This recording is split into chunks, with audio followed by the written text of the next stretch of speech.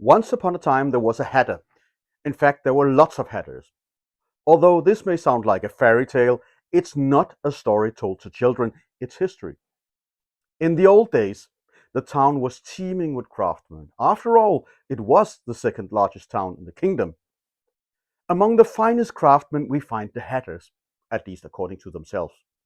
Of course, there were both rich and important hatters and poor and unimportant ones. There were also mad hatters. But as everyone knows, madness is bestowed equally on both the rich and the poor. Although the poor probably suffer the more on account of madness, their own as well as that of others. Whether the madness of hatters stem from their blood or from the chemistry of their trade is another matter, however. To the apparently unimportant hatters we may count one Reiter Steensen, who with great certainty would have been forgotten, unimportant and poor, was it not for his relation to a poet who was born in the town to equally poor circumstances, but who later rose to great fame, not only in the town or even in the kingdom, but in the entire world.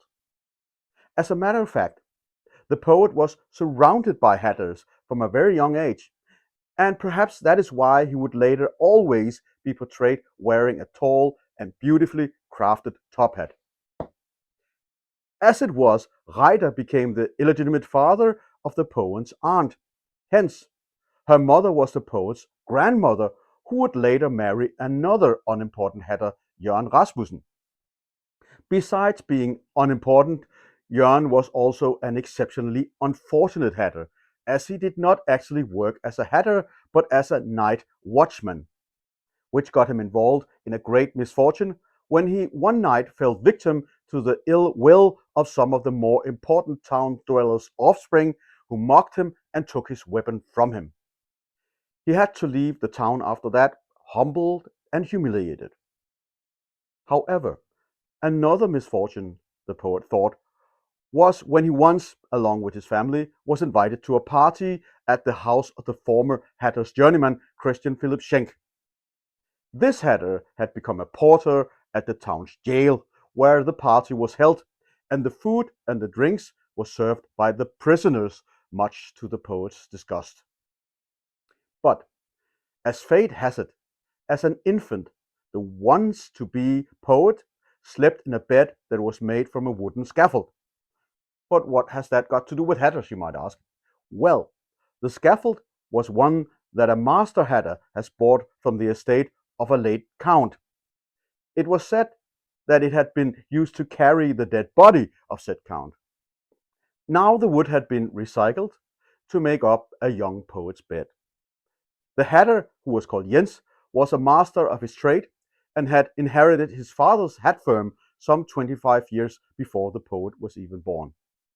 In fact, as a civil captain of the town's guard, Jens the Hatter would consider himself a very important hatter indeed.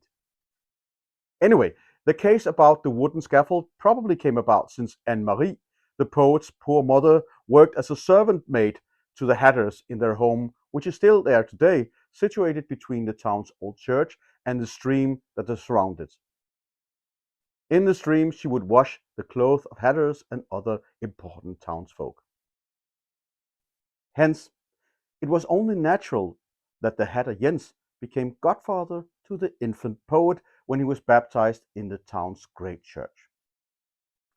However, Jens' youth was behind him at the time of the poet's christening, and his son Henrik had already taken over the hat business the year before.